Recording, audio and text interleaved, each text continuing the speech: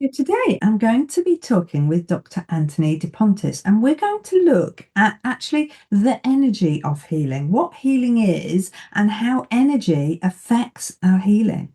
So, different ways of using the concept of healing energy. I look forward to seeing you there.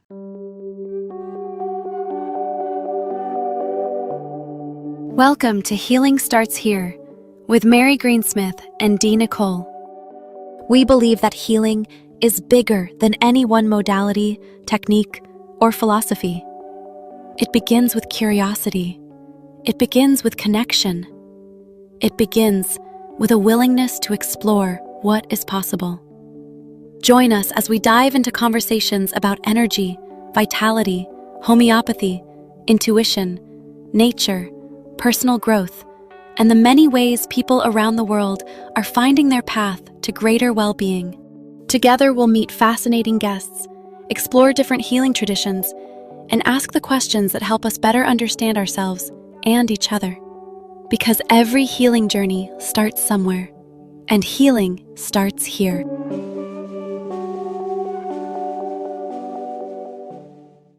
Hello, welcome. Thank you so much for joining us today. I'm really pleased to be able to welcome Dr. Anthony De Pontes. Lovely to see you, Anthony. Good morning, Mary. Yes, long time no see. And also very excited, thrilled to share this type of interaction with your audience. And this is so special for us because we are talking now about healing starts here. And as you know, I'm a homeopath, you're a homeopath, but you also do lots of other different modalities of healing. So I knew that you would be the best person for me to talk to just to understand about different modalities, how they fit together, how different people respond to different modalities. So can you just start for me just by explaining what it is you do and why you have chosen the different healing modalities that you work with? Right. So my first love is homeopathy, and I qualified as a homeopath. And I started out, everything was going well, and there was like a lot of in my environment, in my town, there was a lot of pressures from the GPs. This was maybe 30 years ago. So really, homeopathy and natural therapeutics wasn't so high on the agenda for everybody. So I almost felt like I was muscled out by conventional medicine. And I was like, okay, I've got to get a few more, do I say, arrows in my quiver? Okay. And so then came the functional medicine aspect. And then also recently, maybe I think it's 3, 4 years ago now, the acupuncture. So I feel like I've got a few more arrows in my quiver, and it has most definitely improved outcomes. I'm finding, and this is almost sacrilege for a homeopath to say, but I'm finding, like, 5, 10 years ago, cases seemed a lot more simple and the results were occurring much quicker. And today I'm finding it's more difficult. Now, why would that be? I'm a better homeopath. I've got more experience, etc., etc. So I don't think it's that. But I feel like our environment and the stresses that we are under are putting an extra burden on the body. So it's taking a bit longer to try and resolve these burdens, and that's why treatment can take a bit longer, especially in the chronic side of things. Acutes are still homeopathically are working really well, but Uh-huh. as you can see, I've got a few more arrows in my quiver, and it's going well. Then we added some emotional work in, and definitely the lifestyle changes. Now, if I talk to you about lifestyle changes, I'm going to say to you, every single patient is going to get lifestyle changes. And this kind of morphed in over the last 3 years. I've had to include lifestyle medicine for the simple fact that circadian signaling in our body is fundamental to chronic health awareness, or chronic health resolution.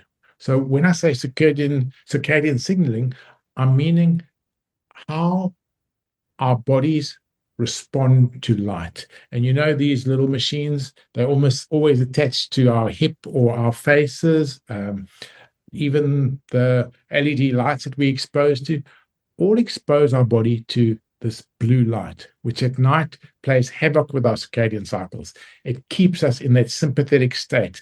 It causes imbalance in our HPA axis and our sleep scheduling. So what that actually does, when you are sleeping properly, when your HPA axis in the brain is balanced, you are able to restore and heal, meaning your body is in its parasympathetic state. Okay, the rest and digest. So your body would be clearing inflammation, or the lymphatic system in the brain is clearing the brain lymph. And also we're restoring the autonomic function. Okay, we're restoring autonomic dysfunction, should I say, that is so prevalent in so many people. And so lifestyle factors or lifestyle medicine, can I say, almost jumps in front of everything in my treatment protocols, right? That's really interesting. So what you're saying is that really, first of all, education about where we are now, because I always maintain that, the one person that knows about your body, about what's normal, about, how your body is you. And quite often people are used to handing the responsibility of their health over to somebody else. But actually, what you're saying is there is so much that you need to be aware of right now, of all the things that are affecting you, your health, your energy for healing. So exactly, Mary, you say we're aware of it. But if you look at these phones, oh, I see it just as a phone or a game or a way for me to do my business better. Yeah. The lay person really is not so aware of the medical aspects or the physiological aspects of how it is severely affecting your body. And the suppliers of the phones are definitely not going to tell you that. But if you're looking at optimum health, this is not something that you want to be exposed to at night. And there's a whole lot more we can go into there. But just, you wouldn't by any chance just pick that up. And I think it is coming out more into the open now. But I often would say you're not going to get fully better if you don't clear this out of your life. That's really interesting. And so the phones are affecting everything. What else is affecting our energy? So we talk about phones, you talk about Wi-Fi, the electromagnetic frequencies, you talk about the fact that we are, in essence, very sedentary beings now compared to maybe 30 years ago or so. We're office bound, we're not exercising as much as we should or could. We're not out in the sun. That is a huge thing. Some of the world-renowned medical doctors, Dietrich Klinghardt, he deals with really severe cases, and he will not take a patient on if they are sleeping in a Wi-Fi environment. Says it's impossible to heal.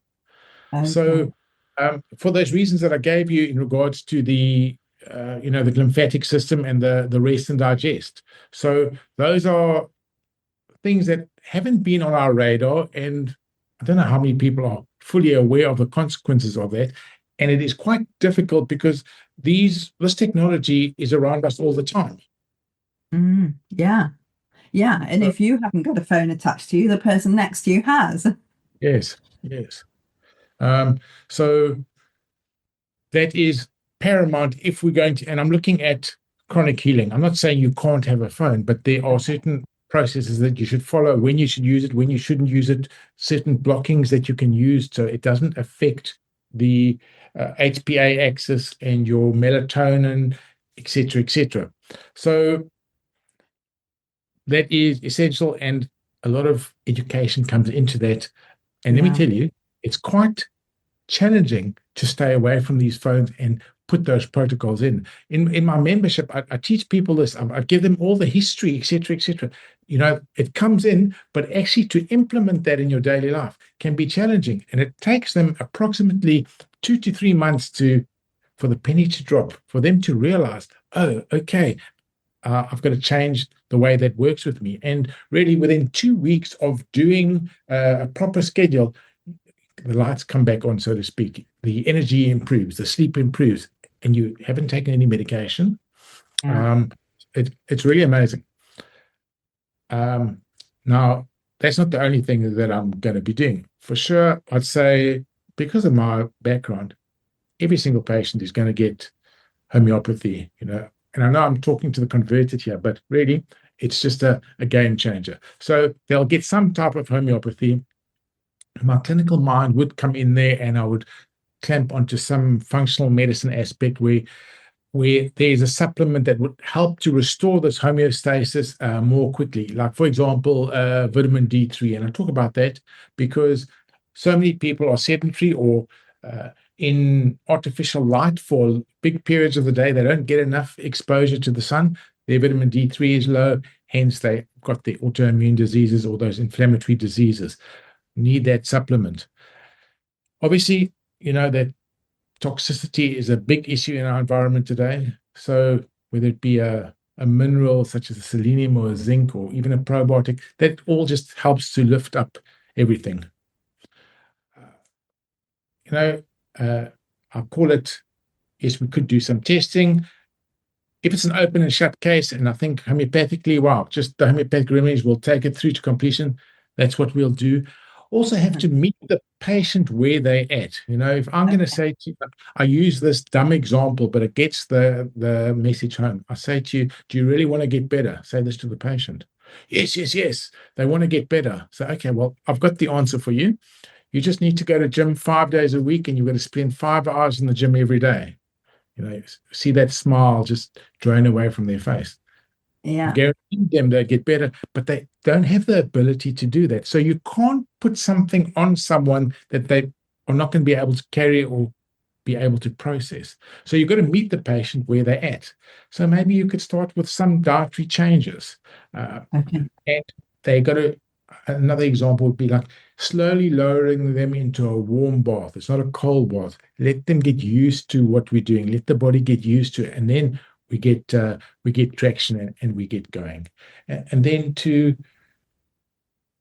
add everything up, my ultimate is looking at the emotional side of things. And you know how brilliant homeopathy is at releasing suppression or a disappointment or an anger. And between 70 to 80% of physical disease, so I'm not even talking about a disease that's got some emotional component. I'm talking about physical disease has got its origin in the emotional layer. So you have to treat that on a hierarchical level to, stop the mind going over and over at that burden that they have or that worry that they have that is causing the abscess or that is causing the spastic colon or whatever it is. But ultimately, you have to meet that patient where they're at. Otherwise, you're going to lose them. Like that example that I said, oh, just be in the gym for 5 hours a day. It's a good thing, but they do it.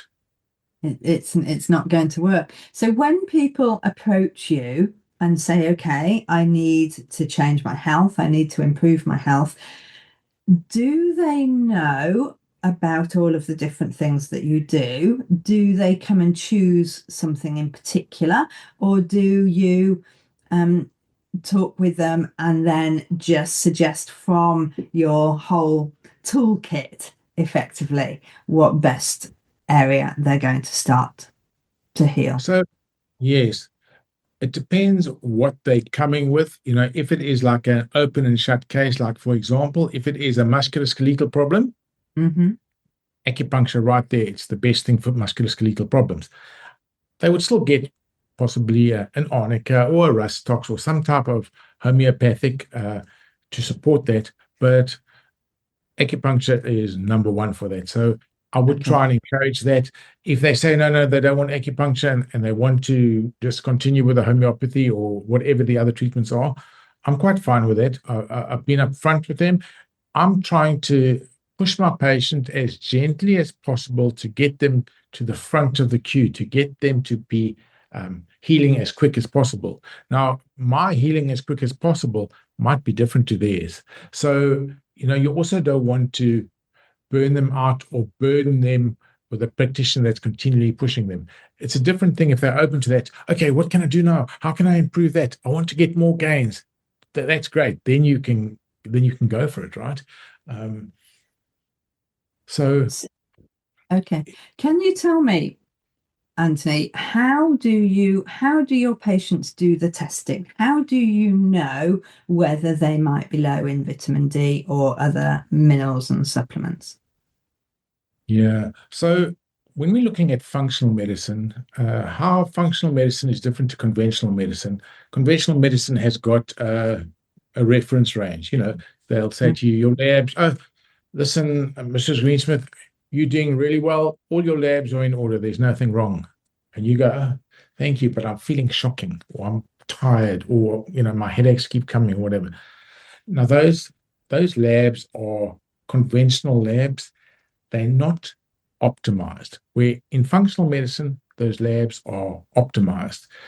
For example, vitamin D, they will say to you in conventional medicine, the unit of 20 is sufficient. I'll say to you, from a functional perspective, especially if they've got the chronic diseases or the autoimmune diseases, I want that vitamin D up between 70 and 90. Right? Now, Right. so this is almost like a default. You go and look at their situation. Oh, yes, I'm an office worker and I don't really get outside much. You can try and link the symptoms of vitamin D deficiency, and you're going to see it's going to be coming up in their profile or in their disease process. Yes, if you want to have it on black and white, you can test for it.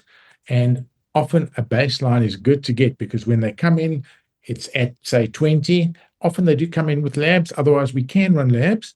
It's at 20, and you say, listen, in 3 months, I need to get it up to 70, and we're going to do that and that and that. And what we're going to do is not just the supplementation. This is where the magic happens. Sometimes homeopathy is really great to catapult that forward.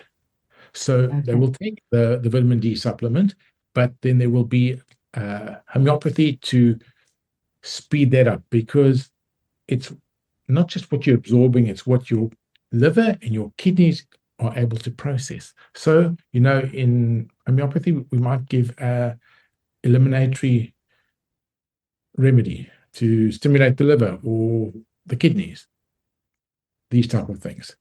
So you can most definitely combine the homeopathy with the functional medicine. Functional medicine is a lot more expensive than homeopathy, and it's just for the tests. Okay. Now, you get a group of people who absolutely adore functional medicine, and they will spend thousands of dollars on testing because they like the black and white person. I want to see that my levels are over there and over there and over there. And there's nothing wrong with that. Then you get the other person who's not so fixated on those levels. You don't have to do so much intense testing. You might maybe do a test twice a year. As long as you see improvements slowly happening, you could be happy with that. And this is all in context of what is the chronic disease. Okay. There are a lot of, can I call it, self-body testing that you can do in respect to what is happening with your adrenal glands or what is happening with your thyroid gland. Basal Barnes metabolic test that tests the metabolism of the thyroid. That is done with a thermometer.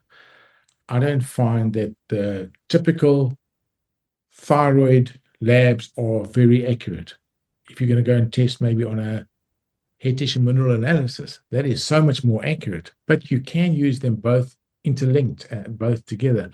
The results are confirming, and it makes so much sense for people who have thyroid problems, where you can tell them, yes, your thyroid function is not going up, but it's not because it's your thyroid, it's because of your adrenal glands. So they get to understand a lot more, and it's not the common answer of, well, listen, Mrs. Greensmith, all your labs are fine. Then they will try and suggest that you go on antidepressant because your labs are fine. It must be something in your head, Yeah. that kind of thing. So in that, I am very big on education.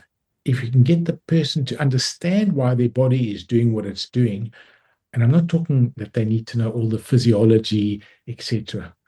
I've got the physiology background. I will tell them, oh, you are so tired because your stress hormone, your cortisol has spiked, or you've got a deficiency of iodine, or whatever the story is. So I can put those pieces of the puzzle together. But what I want them to feel is them to feel confident moving forward. Okay. When they give you the symptomatology, you can link it to a remedy. And then they see that starting to work.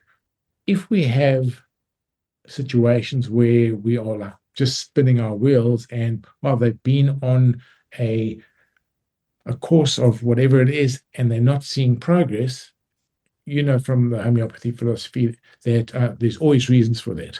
Okay, so we go in and we see what the reasons are. Is it a frank deficiency? For example, anemia, and you've got lack of B12. You can give homeopathic whatever you want, and you're not going to get the punch if you don't have vitamin B12. Yeah. They need to have that supplemented. Okay. So And that's funny because I've just recently had somebody that somebody suggested for them, you need more vitamin 12. And they were going to have it injected. And I said, why don't you just take a supplement first, and see how that improves things? And indeed they did. And it was really, really helpful. So is that tested from a blood test? You've mentioned hair mineral tests, and I know that you do bioresonance testing. There are so many different ways to test. there, yeah, there are, and each has their merits. You brought up the B12. Often patients will come in and they very proudly, no, my B12 is fine, but they've got serum B12. That is like the B12 that's cruising around in the blood, and it can be fine. But if you do a tissue B12, a Yeah, methylmalonic acid test, it'll say the B12, there's not enough B12. So you've got to know your tests. yeah, And that'll come about is, hey, I've ticked all the boxes, and why are they still not getting better? Oh, we see that, no, but the B12 is fine, but actually maybe it's not fine. So it does help to have a backup in regards to testing. But that's a lot of clinical understanding where you go, if this works, then great. If it doesn't work, then you've got to go to plan B or plan C, like that. okay. But at the end of the day, what we're saying is, whether something's right or wrong. So if somebody tells you, no, no, that's all right, you must keep on. You must keep on looking, searching for the answer. Yes. Mary, I wonder if you had this happen to you. I'm sure you have. I had a patient yesterday. Now she's been my patient for, I think we're coming on 2 years or 1.5 years, 2 years, round about there. Okay. And when we started, she said to me, well, how long is this going to take to clear up? Mm, And then I cringed and I said, probably going to take about a year or so. She had a lot of chronic hormone issues and arthritic and venous stagnation. I thought, oh, she's not going to come back or it's going to be too long. Patients these days are very demanding. They need it and they need it now and it must be sorted now. Otherwise, they will try someone else or try some other modality or something. Anyway, I said to her, honestly, it's going to take about a year. And I tried to explain to her about the hierarchy of healing, and there's a lot of stuff to clear out. And emotionally, she had a lot of repressed emotional aspects. So that takes time to clear out.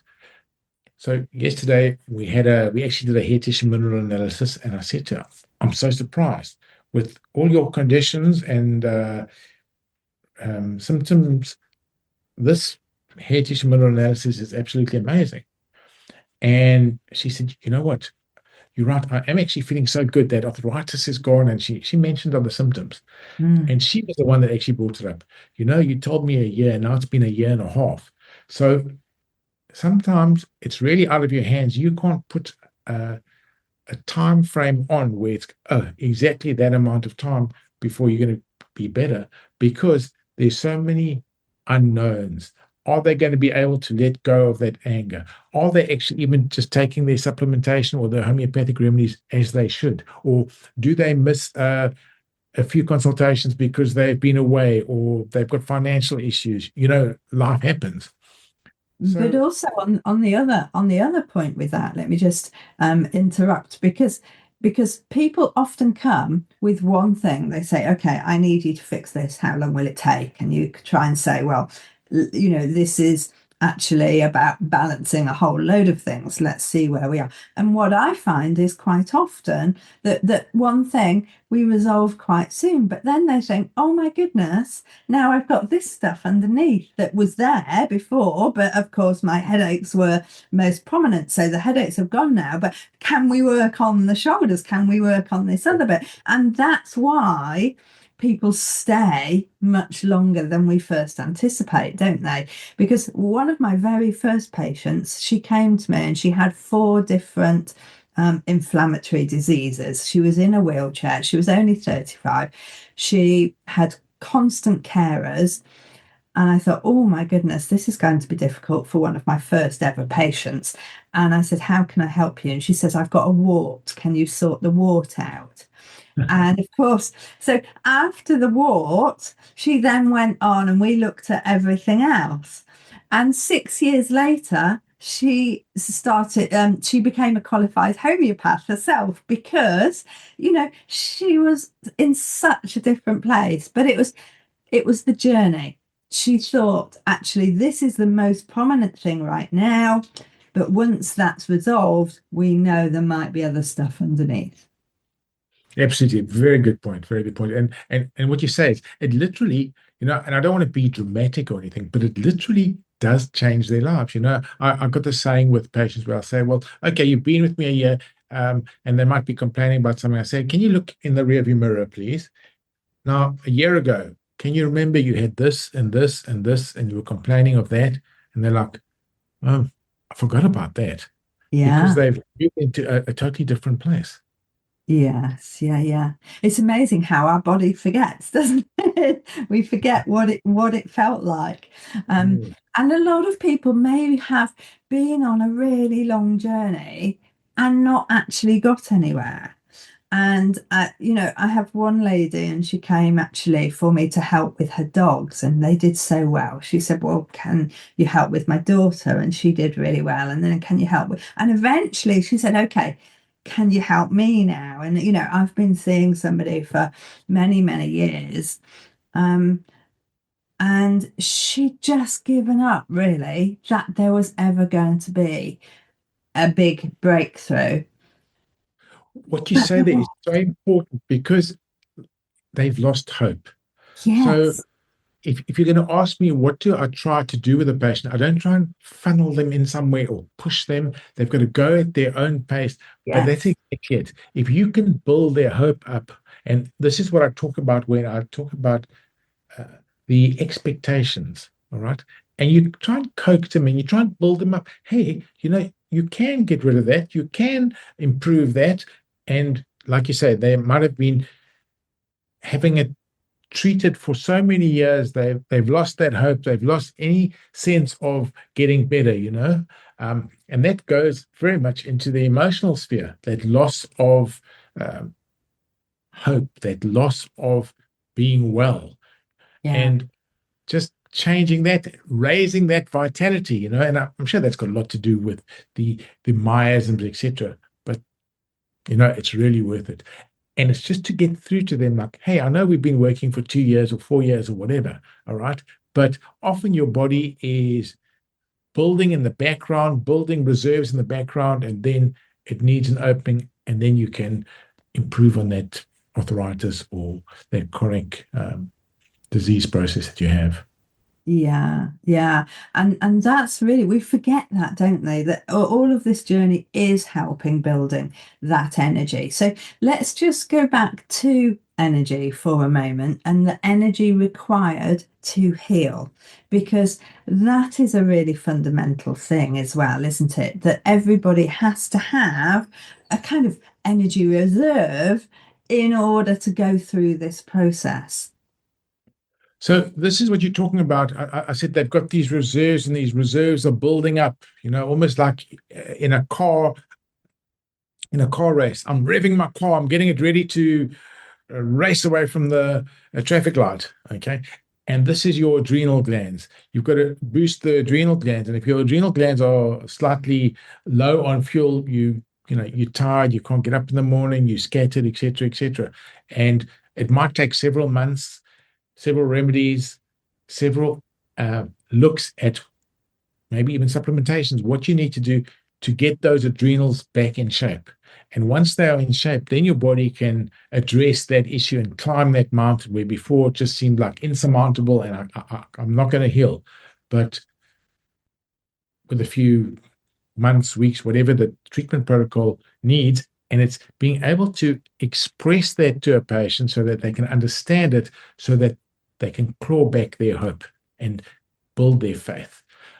A way that I see that happening is when the going is good, all right? You're treating them, everything is going well, they're starting to build in confidence, etc., etc. And often a lot of the healing blocks come with the emotional or the traumas that they've been through. And you can imagine if you've been traumatized, you're not just going to tell every Tom, Dick, and Harry about, oh, this happened to me and that happened to me. So now, as a practitioner, you've got to build that faith and that trust with the patient so that when they are vulnerable, they feel safe talking to you. And this is the part where I say, when everything is going well, you have this interaction with them. Oh, I can trust him or her that when we hit the bumpy road, they are able to open up and express and release whatever's going down with them, you see? It's really, I love just talking with you, Anthony, because it's just so lovely to be able to explore the different yeah, because at the end of the day, everybody that we talk to is different, and they've got different things that they're coming with, different emotional backgrounds, different physical symptoms, and so therefore everybody needs something different, don't they? They need something different.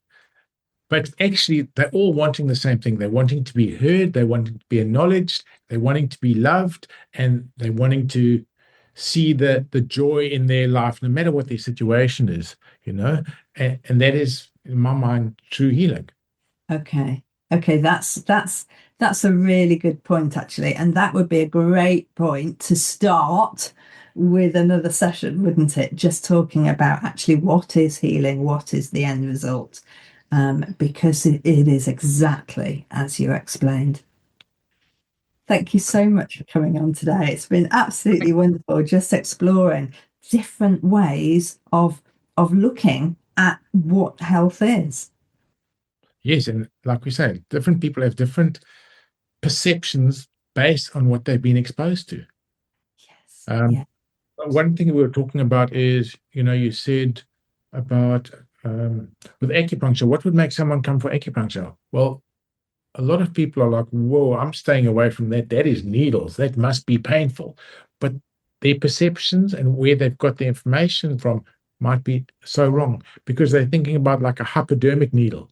But an acupuncture needle is not that. And we've got ways to trick the body not to feel anything.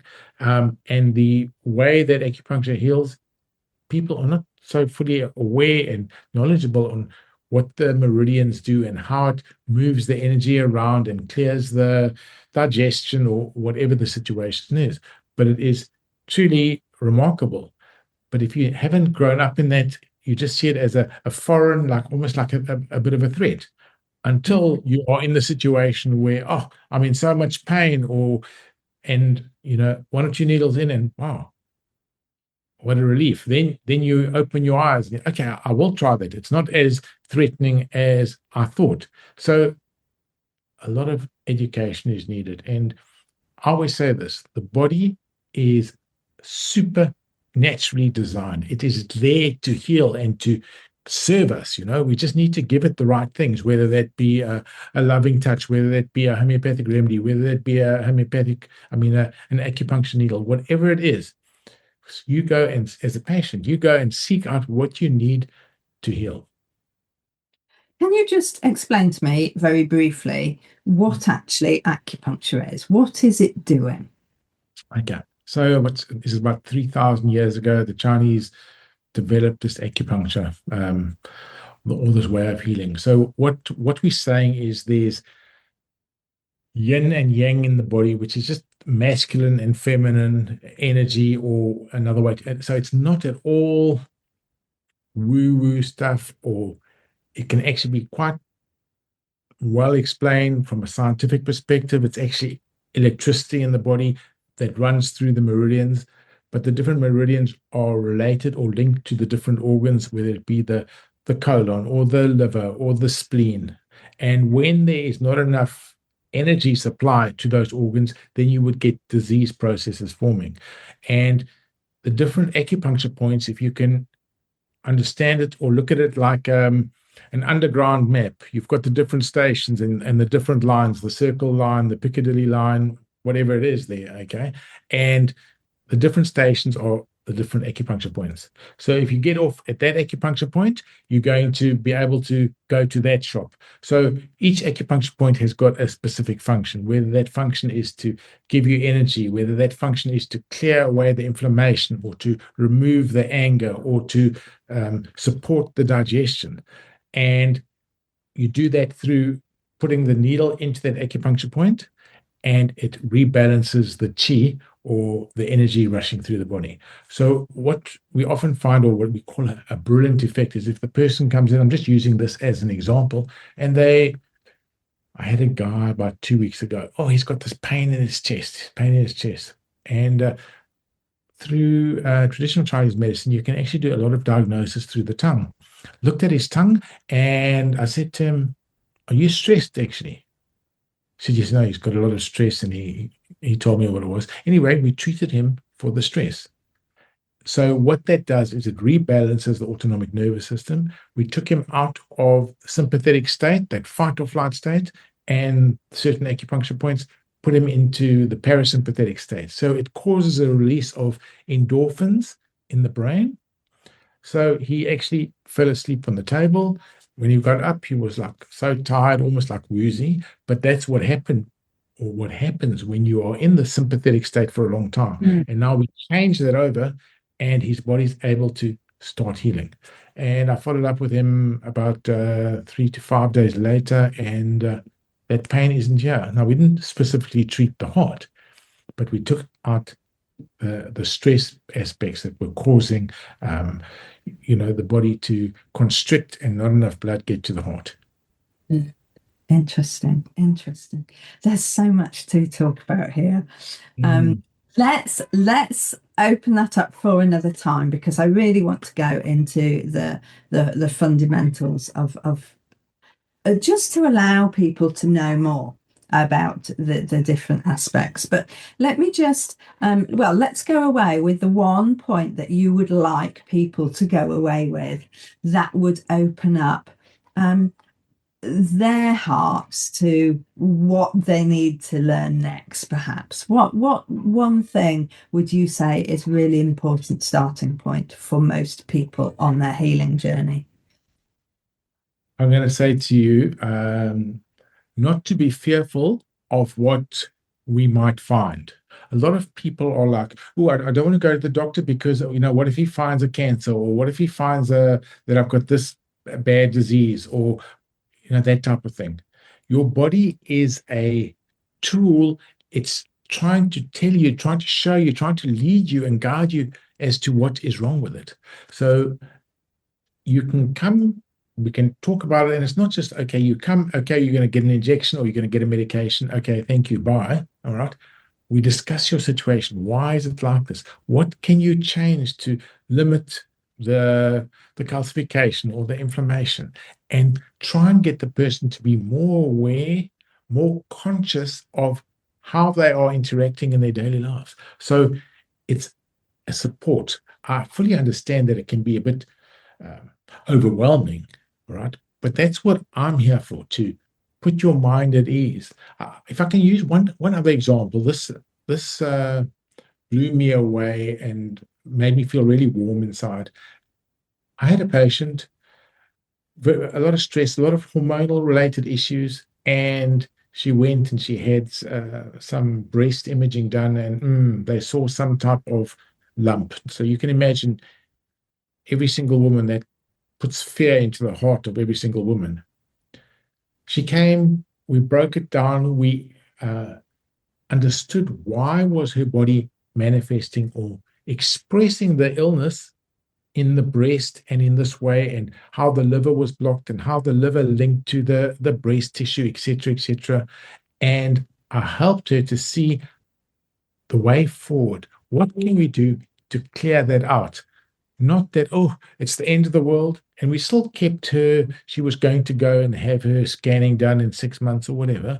But I said, listen, let's take these 6 months to help to clear that away. And I explained to her what the body does and why it does it and how we can reverse that. So it is a process, and it pushed her to her limits.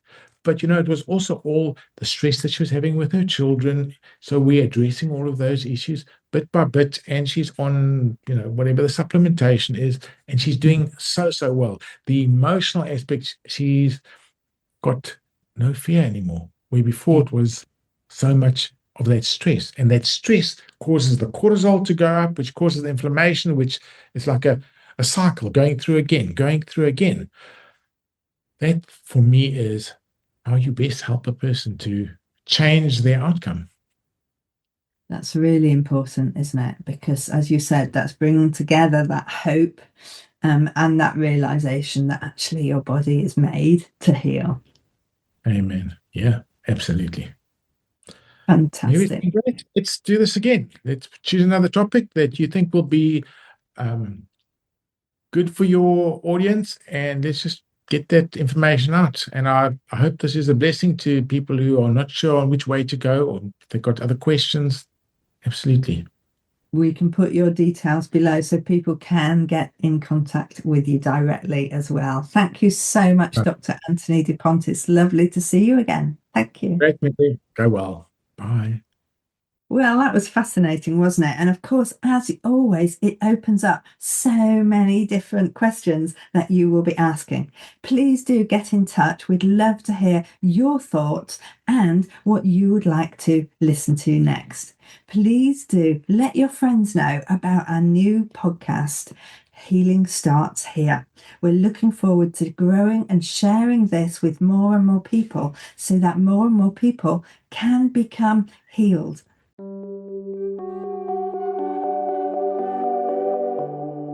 Thanks for being with us today on Healing Starts Here. We hope something from this conversation supports you on your journey toward greater well-being, connection, and vitality. If you enjoyed this episode, please subscribe, share it with someone you care about, and join us again for our next conversation. Until then, stay curious, stay open, and keep listening to what your heart, mind, and body are telling you, because healing starts here.